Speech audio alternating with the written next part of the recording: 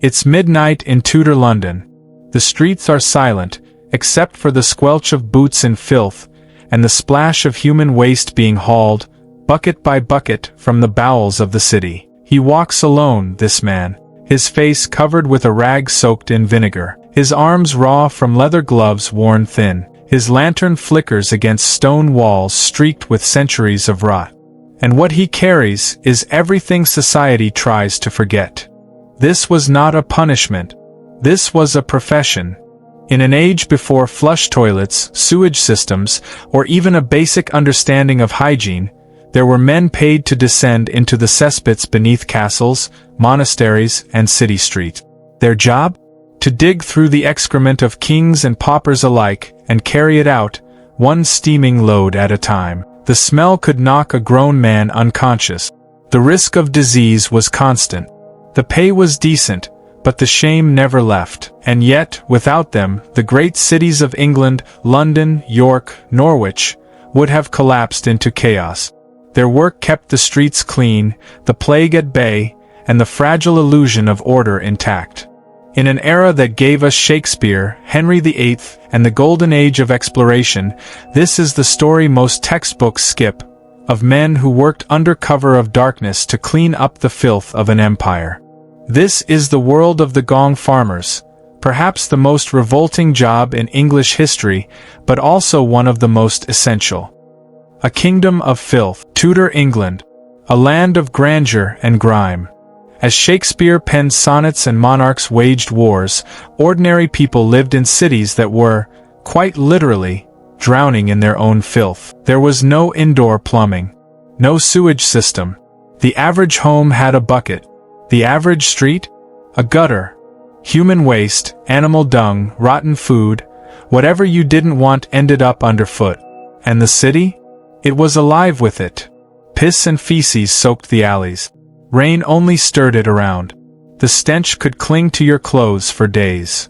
Romantic notions of simpler times tend to leave out the part where you could get hit with a chamber pot from a second-story window, or contract dysentery from your neighbor's backyard pit.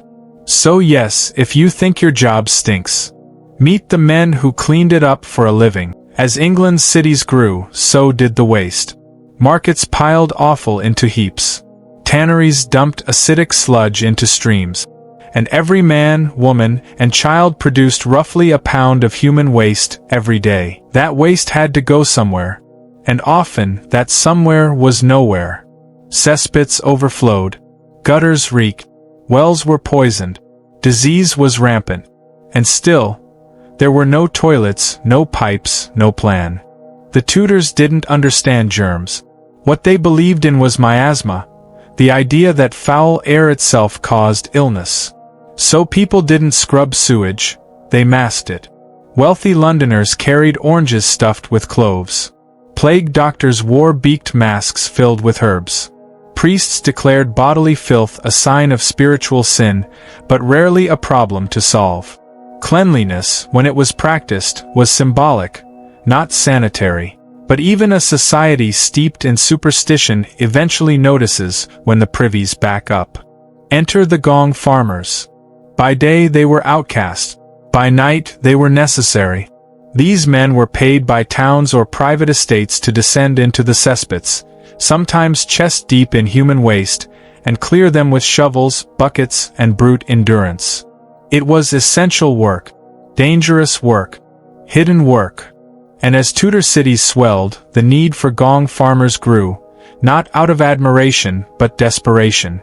For the more civilization advanced, the more filth it left behind. We admire the cathedrals, we study the politics, but we forget the filth, and we forget the men who, under cover of night, shoveled it out by hand. Who were these men? What did they earn? And what happened when the pit caved in? The men beneath the castle. Above, the nobles feasted. The fires roared. Laughter echoed off the stone walls of Tudor castles and townhouses. But beneath them, under floorboards, behind latrine chutes, inside dark stone pits, another world stirred at night. It was not a world of elegance, but of excrement. Gong Farmers were rarely born to this fate. Most were driven to it by debt, desperation, or disgrace. In Tudor society, shame had weight, and if you couldn't pay your taxes, if you'd lost your trade, or were cast out from your parish, you could be hired or sentenced to the cesspit. Some were petty criminals, others indentured servants. A few even volunteered, but none did it for glory. They were paid, yes, more than many laborers, but their wages came with a cost: ostracization. You smelled of your labor, and people could smell you coming. The Gong Farmers' toolkit was as crude as the job. A thick leather apron, high boots, if you could get them, a hand shovel or a rake, hemp ropes, and the all-important bucket. No gloves, no protection from the stench, no lantern but the one you lit yourself, praying the methane wouldn't ignite. They worked after sundown, not by choice but by law. Gong farmers were banned from working in daylight. Their presence was considered offensive, their smell unbearable. They were seen as contaminating the streets simply by walking them. So while the city slept, they descended into its bowels. One pit at a time. Cesspits were everywhere. Beneath castles, inns, bakeries, brothels. A hole dug in clay or stone, sometimes bricked over, collecting years, decades of waste. Some were so old their walls bulged from pressure. Others leaked into cellars or public wells. The Gong farmer had to climb inside, shovel it out by hand and haul it, load by load, into carts or boats, often to be dumped on nearby fields as fertilizer. The smell was not just unpleasant, it was dangerous. Methane and ammonia hung heavy in the air. One wrong spark and the pit could explode. One long breath and you might never take another. Claustrophobia was constant. Some pits were barely wider than a man's shoulders. The floor beneath you might not be solid. And then there were the rats. Big, bold, biting, living fat on centuries of human refuse. And you had to fight them for space. Imagine feeding your family by doing this.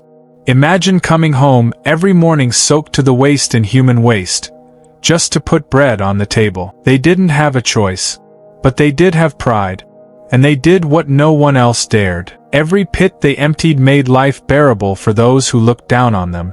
But they kept digging because someone had to. But even the Gong farmers couldn't keep up forever. As cities grew denser and cesspits deeper, the danger mounted. Explosions, collapses, disappearances, and in time, the work became unsustainable. Diseases in the dark. They hauled the waste away at night. But what they couldn't carry off seeped into everything else. Into the clay streets, into the water wells, into the lungs of Tudor London, and in the darkness, diseases grew. There was no clean water. No antibiotics. No understanding of what truly caused illness. All they knew was that death came often, and usually smelled like something rotten. Dysentery ravaged whole neighborhoods. Typhoid was a silent stalker. And though cholera wouldn't arrive in force until the 19th century, the stage was already set. Cities drowning in their own filth. There was no germ theory. Louis Pasteur was centuries away.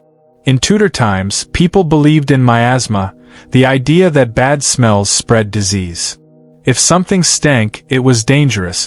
If air was foul, you got sick. In a strange way, they weren't completely wrong. They just didn't know the cause behind the stink. They were feared, avoided, even insulted. And yet, the Gong farmers were unknowingly saving lives. By removing waste, they reduced the risk of water contamination. They kept cesspits from overflowing into homes and marketplaces. They slowed the tide of disease, night by night. No one thanked them. But without them, cities would have become uninhabitable. Filthy lanes and stinking alleys, foul privies uncovered and reeking with dung. John Stowe, 1598. Stowe's observations weren't exaggeration. Tudor cities were in crisis, and though no official sanitation department existed yet, informal systems were forming. In time, local governments began to intervene. Laws were passed requiring cesspits to be emptied regularly. Landlords could be fined for overflowing waste. Gong farmers were even hired directly by parishes or boroughs. It was crude, disorganized, but it was a beginning, England's first stumbling steps toward public sanitation. They lived in darkness, literally and socially. They were spat on in the street. Children were warned not to touch them. But these men prevented plagues. They did the job no one else would. And in doing so, they gave cities a fighting chance. The Gong farmers weren't just laborers. In a world without sanitation, they were the front line. And yet, as cities kept growing, the filth kept rising. The laws of the latrine. You may imagine Tudor society didn't care what happened to its waste. But it did. Obsessively. Especially when it began to interfere with property, money, and public shame. So, even in a world without flushing toilets, there were, believe it or not, laws of the latrine. By the mid-1500s, London's city officials and borough councils had begun laying out rules. Cesspits were to be emptied regularly. Waste could not be dumped into the street. Neighbors could sue one another for foul smells or blocked drainage. And then there were the Gong farmers, licensed, monitored, and sometimes fined themselves. They worked at night. By law, anyone caught emptying cesspits during daylight could face a heavy fine. The authorities didn't want Londoners reminded of what lay beneath their feet. Sanitation was necessary, but unseen. If a Gong farmer spilled waste in the wrong alley or failed to clean thoroughly, they too could be reported, fined, or worse. Despite the stench and stigma, Gong farming paid relatively well. Many were contracted by parishes, manors, or city councils. Some were hired by monasteries, or even the crown itself when royal grounds needed clearing. A Gong farmer could earn 6 to 8 pence a night, at a time when a laborer might earn a penny a day. But the price was high: exposure to disease, risk of suffocation, and total social exclusion. It was the great Tudor irony. Society needed them, but pretended they didn't exist. They were invisible labor. They were shame and yet survival. Without them, the city rotted. With them, it endured.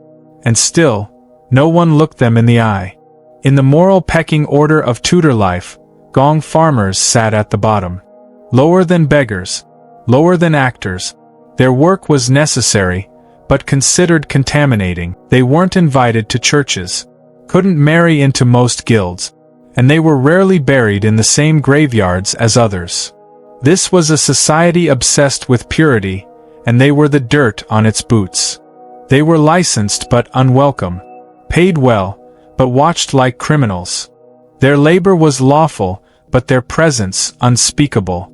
And yet, each night they returned. Into the stink, into the dark, into the underworld beneath the world. By the 17th century, the cesspits had begun to rebel. Overflowing waste wasn't just foul, it was fatal. Outbreaks of typhoid, dysentery, and eventually cholera swept through the cities like biblical plagues. The Gong farmers did their best. But the waste was winning. Cesspits filled faster than they could be emptied. The streets became rivers of rot. In 1858, the Thames itself turned to sludge, the stench so unbearable, Parliament shut down. They called it the Great Stink. It marked the death knell of the Gong farmer. In the wake of disaster, reform finally arrived. Engineers like Joseph Bazalgette were given a blank check to reimagine London from below. Miles of brick-lined sewers were laid, intercepting waste before it could pollute the water. Flushing toilets became the standard. The cesspit was condemned. And the Gong farmers, once so vital, became obsolete. By the end of the 19th century, Gong farming was little more than a dark memory. But not everywhere. In poorer districts, in overcrowded tenements, and in colonies under imperial rule, night soilmen remained. Even as the world changed above, below, it remained dirty, dangerous, and invisible. Today we flush and forget, but someone still handles the aftermath. In some places, workers still wade into raw sewage without protective gear, still risk disease, still die young, and like their Tudor ancestors, they are paid, regulated, and largely ignored.